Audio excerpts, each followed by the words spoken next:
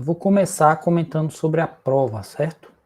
Tá aqui o gabarito da prova que eu divulguei essa tarde. Essa primeira questão eu peço para provar que as linguagens são regulares. E provar que é regular é basicamente, para qualquer linguagem dada, né, você representar ela ou com expressão regular, ou com AFD, ou com AFN. Então eu dei as respostas mais simples. Eu representei cada uma delas com expressão regular. Mas podia ser dada resposta também com AFN, teve respostas corretas com AFNs, podia ser dado um AFD também. Teve resposta também com AFD. Então, todas as cadeias que terminam em AA ou BB, com AFD é que seria mais trabalhoso. Mas com expressão regular, eu coloco essa expressão aqui envolvendo todos os símbolos. Vocês veem o cursor do meu mouse? Não. Não dá para ver, não. Então, acho melhor eu abrir o original. Essa parte da expressão representa qualquer coisa, ela envolve todos os símbolos do alfabeto, separados por OU, que é a união, e tem um asterisco nesse grupo.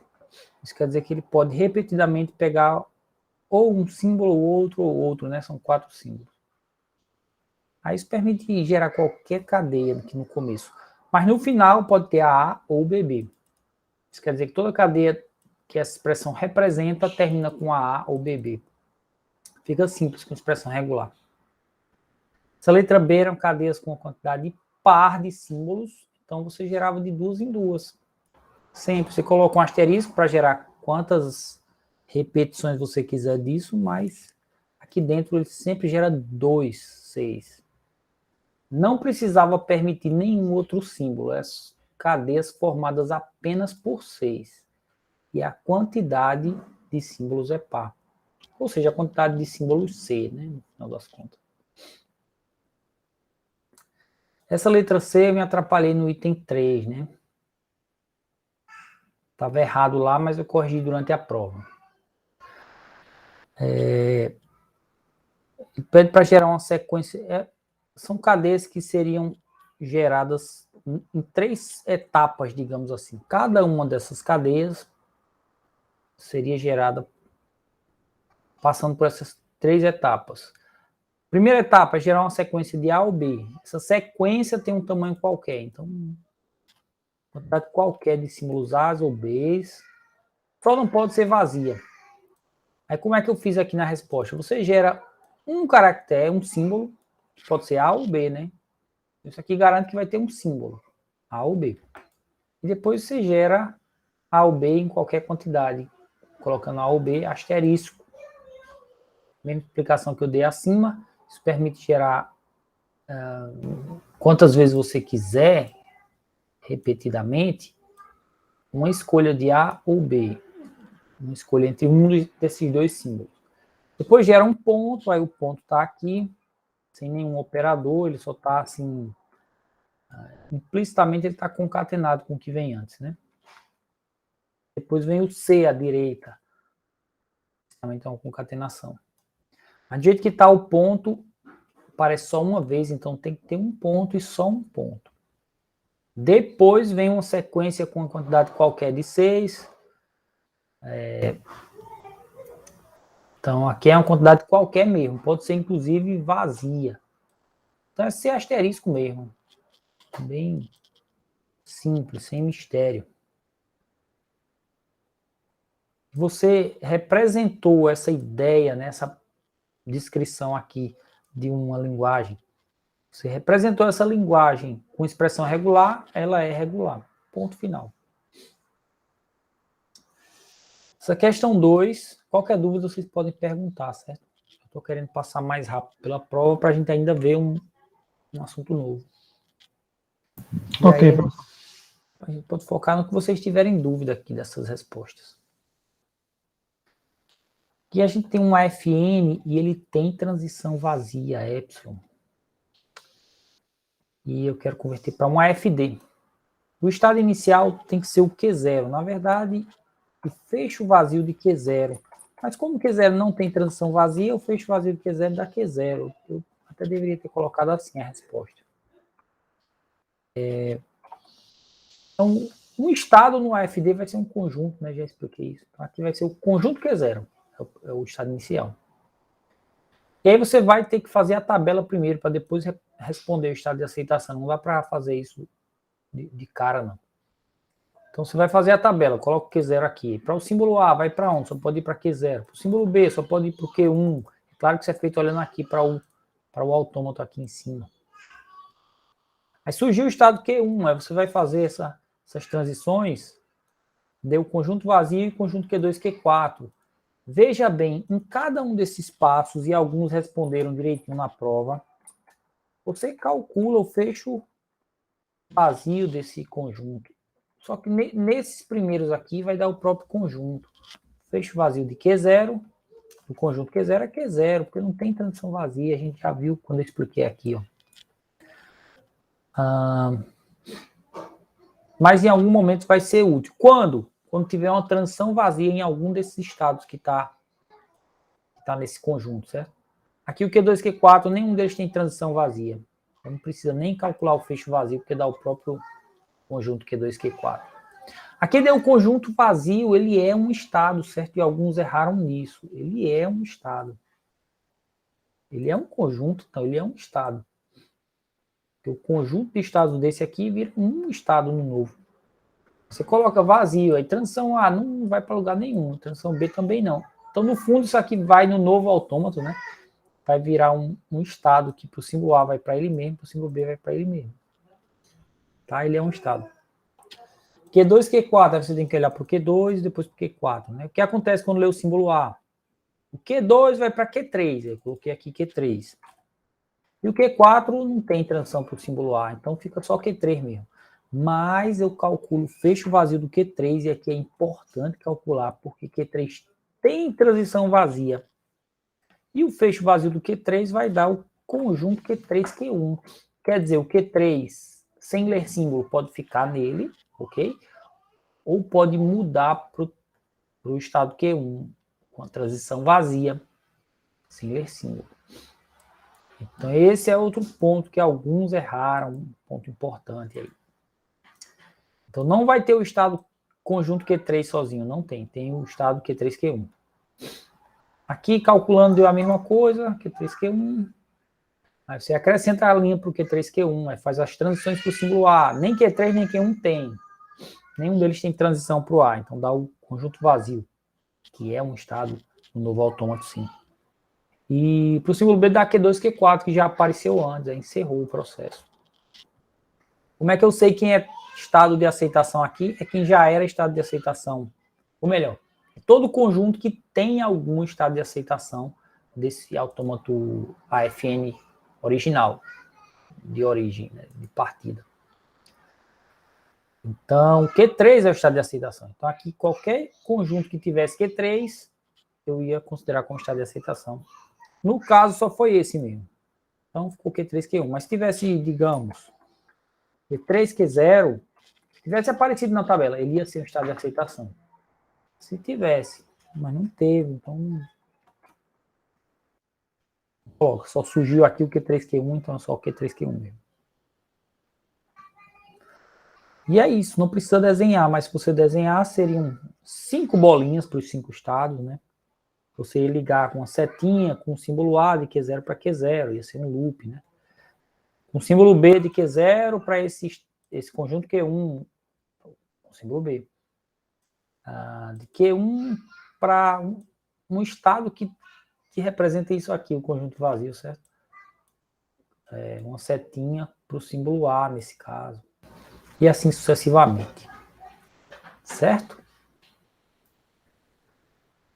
Poxa, essa questão aqui, eu acho que quase todo mundo acertou.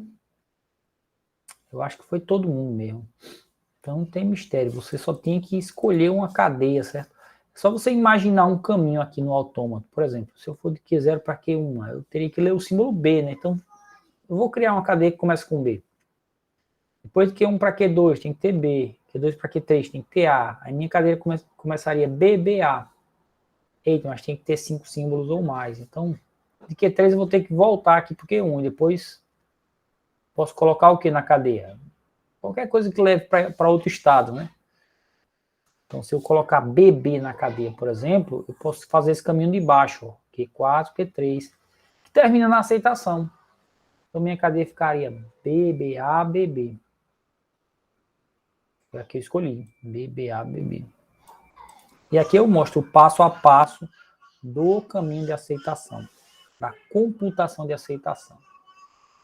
Um detalhe que ele faz, alguns foram espertos e pegaram uma computação que não passa por transição vazia. Tem como?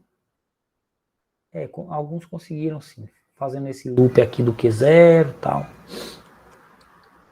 Mas nesse meu exemplo aqui ele usa a transição vazia aqui, ó. Q3 porque Q1 é uma transição vazia. Nesse caso não altera o restante da cadeia, certo? Estava BB como cadeia, continua BB. Sublinhei o próximo símbolo, tá? Só para deixar mais didático. Mas eu não pedi na questão para fazer isso. Então, o próximo símbolo era esse B aqui, esse penúltimo B. Ele faz a transição vazia, o penúltimo B continua lá, como próximo símbolo intocado, não mexe nele. Certo? Próxima questão. Converter essa expressão para um autômato. Tinha que seguir o método que eu dei. Teve gente que fez de cabeça. Eu vou dar uma pontuação parcial no que tiver certo. Se tiver errado aí, errou 2 vezes, né? Não seguiu o método e não deu uma resposta equivalente. Por que tem que seguir o método? Esse método é basicamente um algoritmo de conversão. É um algoritmo que é usado em bibliotecas de expressões regulares, por exemplo. É um algoritmo importante. É um algoritmo que sempre funciona. Qualquer expressão regular você converte usando esse. Então, se você não seguir o método que eu dei, você não aprendeu esse algoritmo e isso é uma deficiência. Eu tiro ponto, sim. Meio que tenha colocado algum outro AFN que seja equivalente a essa expressão regular, mas não seguir o método, perde ponto. Tá? Então, seguindo o método, ele fica exatamente assim. Só com esse detalhe aqui, que nesse autômato parcial para DD asterisco, eu disse que quando forem símbolos em sequência, assim, concatenados, DD, você pode fazer um autômato direto, né? DD. Foi o que eu fiz. Se for seguir o método bem direitinho, nesse caso aqui, teria uma transição epsilon aí entre os dois Ds. Tem uma transiçãozinha a mais aqui no meio. Só esse caso eu autorizei e funciona bem. Você fazer as transições em sequência para os símbolos. Para um símbolo, depois para o outro. Para um D, depois para o outro D. Sem colocar a transição vazia no meio. Aí, como é asterisco, aí apareceu um monte de estado a mais aí, né? O epsilon para voltar, 2 estados a mais com o epsilon indo, para aceitar a cadeia vazia e tal.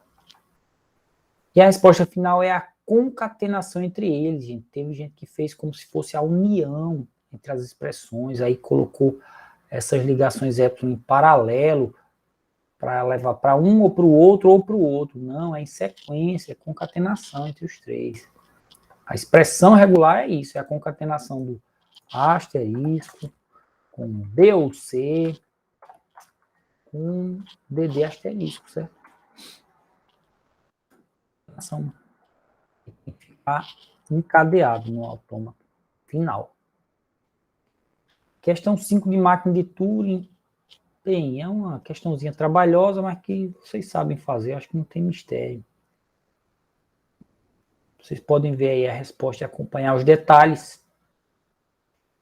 Mas, deixa eu fazer alguns passos, né? Essa cadeia A, B, ele começa no estado Q0 de estado inicial.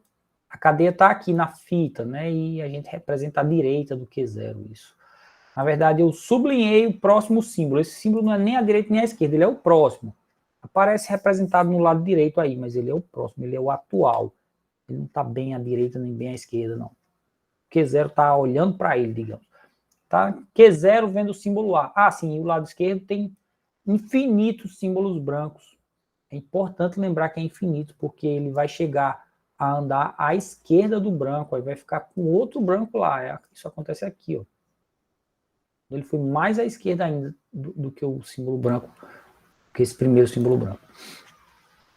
Bem, aí está em Q0, o próximo símbolo é A, aí você olha no autômato, ele vai para Q1, então mudou para Q1.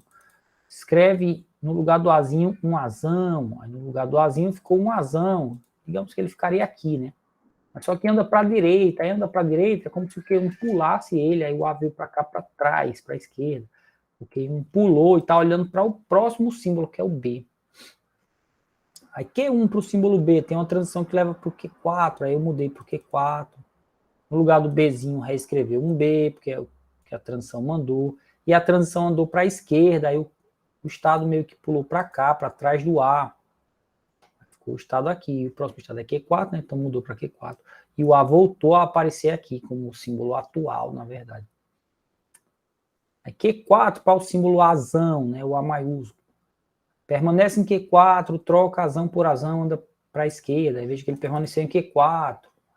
O Azão foi trocado por ele mesmo e andou para a esquerda. Ó. Apareceu um branco aqui. Um símbolo branco como símbolo atual. Está sublinhado aí. Consequentemente, aqui à esquerda, mais à esquerda disso, tem outro branco, que são infinitos brancos que existem para cá. Assim como também aqui à direita existem infinitos brancos, certo? E aí segue. Q4, vendo branco, vai para Q0, etc. Até que ele chega no Q3. Q3 é estado de aceitação, você diz que aceita. Veja, na máquina de Turing é assim. Chegou no estado de aceitação, não importa se leu a cadeia toda, se não leu. Chegou no estado de aceitação, é o único critério para você dizer aceita. Na letra B é uma cadeia que vai ser rejeitada. Para ser rejeitada é só... Do jeito que eu coloquei na questão, não criei um estado de rejeição. Eu disse assim, se não tiver transição, subentenda que ele vai para o estado de rejeição. Então, nesse caso, a cadeia não é aceita porque ele parou no estado Q2 e não tem mais transição. Não tinha transição para o símbolo atual, que era o branco. Então, como a questão informa, quer dizer que a máquina de Turing foi para o estado de rejeição. Basta ir para o estado de rejeição, ou rejeita. Não tiver mais transição na máquina de Turing, entenda que tem uma transição oculta que vai para a rejeição. E aí não importa se leu a cadeia toda, se não leu também. É só olhar se foi para aceitação, se foi para rejeição. Máquina de Turing é simples assim. E máquina de Turing tem também uma situação intermediária. Ele nem foi para aceitação, nem foi para rejeição. A computação segue infinitamente, pulando de estado em estado, em estado em estado. Nunca para o loop infinito, certo? Isso é coisa de máquina de Turing, especificamente. Pelo menos dos modelos que a gente viu até aqui, né? Aí vem para a questão 6, já a última questão. São perguntas conceituais que estão lá no material. Muita gente confundiu os conceitos, certo? Então eu vou comentar mais sobre como eu considerei aqui. Eu pergunto o que é uma linguagem decidível, aí a pessoa diz que é uma linguagem que retorna aceita. Linguagem não retorna nada, que linguagem é um conjunto de cadeias. Então, você pode até dizer que um problema de decisão retorna a saída aceita. Ok. Máquina de Turing retorna uma saída aceita. Ok. Mas linguagem não retorna nada. Então, esse tipo de coisa é a confusão de conceitos aí. Perdeu a questão, ou no mínimo perdeu a maior parte da questão. Uma linguagem é um conjunto de cadeias. Quando é que ela é decidível? É quando ela pode ser representada por uma máquina de Turing sem loop infinito, grosseiramente. Só que eu dei uma resposta bem detalhada para vocês entenderem, certo? Mas, grosseiramente, é que ela pode ser representada por uma máquina de Turing livre de loop infinito. E o que isso quer dizer? Quer dizer que ela aceita a cadeia que pertence à linguagem, rejeita a cadeia que não pertence à linguagem e que nunca entra em loop infinito para cadeia nenhuma. Certo? E aqui eu falei de linguagem, como é que ela pode ser tratada como um problema de decisão. No material eu explico como de uma linguagem você enxerga um problema de decisão e vice-versa. Aqui eu estou pedindo só num sentido. Você tem a linguagem, tem um conjunto de cadeias. Eu quero que você explique como é que você trata isso como um problema de decisão. Problema de decisão tem entrada e tem saída. As saídas são aceita e rejeita. Como é que converte de uma coisa para outra? É assim, você tem a linguagem, certo? Tem um conjunto de cadeias.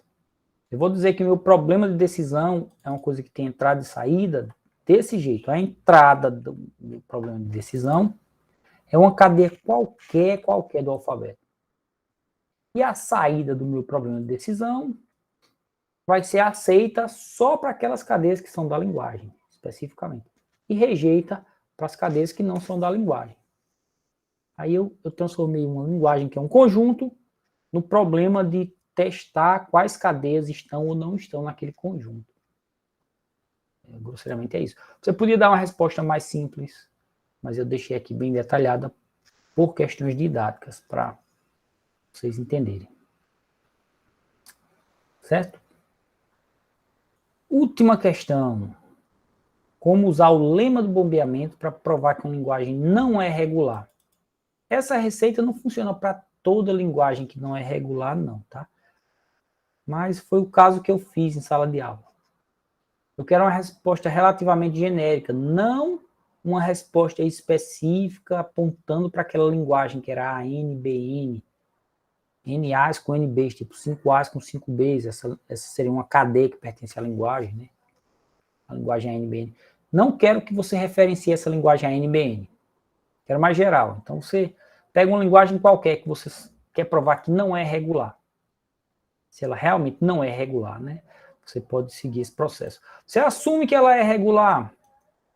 Isso é uma prova por redução ao absurdo. Você assume o contrário do que é a verdade. Então, vamos assumir que a linguagem em questão é regular. Ela não é, mas por uma questão de argumentação, tratar como se ela fosse. Aí você vai escolher uma cadeia com cuidado, tem que ser uma cadeia da linguagem, tem que ser uma cadeia com um tamanho maior do que o comprimento do bombeamento. E o lema diz que toda linguagem tem um seu comprimento do bombeamento, né? Ele é meio que, digamos assim, uma característica secreta da linguagem. Mas existe um comprimento finito e você vai pegar uma cadeia que tenha um comprimento maior. Certo? Você pode usar o próprio P como parte da descrição da cadeia. É uma cadeia que tem P símbolos A seguido de P símbolos B, esse foi o exemplo que eu dei. Mas em outra linguagem você pode querer pegar outro exemplo. Tem que ser uma cadeia da linguagem, tá? Aí o restante da demonstração é você explicar que não vai dar certo bombear essa cadeia nunca, jamais. Você não vai conseguir dividir em partes X, Y, Z para pegar a parte Y e bombear e replicar. Sempre vai dar erro. Grosseiramente é isso. Aí isso gera uma contradição. Quando você chega numa contradição, tipo assim, o lema diz que pode, mas eu estou mostrando aqui que não pode bombear. Gera uma contradição, encerrou a prova por redução ao absurdo. Chegou no absurdo já. Certo? Mas eu também dei uma explicaçãozinha a mais do que precisava. Tipo assim, você chegou numa coisa que contraria o lema, e o lema é verdadeiro. Então o que é falso aqui? Essa suposição inicial de que a linguagem é regular. Então, ela tem que ser não regular. Era essa a resposta que eu esperava, certo? Ela é um resumo da estratégia que eu segui no exemplo que eu dei em sala de aula, na linguagem ANBN. Que funciona para algumas das linguagens que estão na lista de exercícios, para provar que não é regular. E é isso, gente. Esses são os comentários sobre a prova. Aqui teve pouca gente que acertou, não sei se teve alguém que acertou completa, mas talvez sim. Acho que sim. Mas, em geral, muitos erros conceituais aí, muita confusão entre o que é linguagem e o que é problema de decisão. E eu estou comentando, corrigindo a prova e comentando um pouco, certo?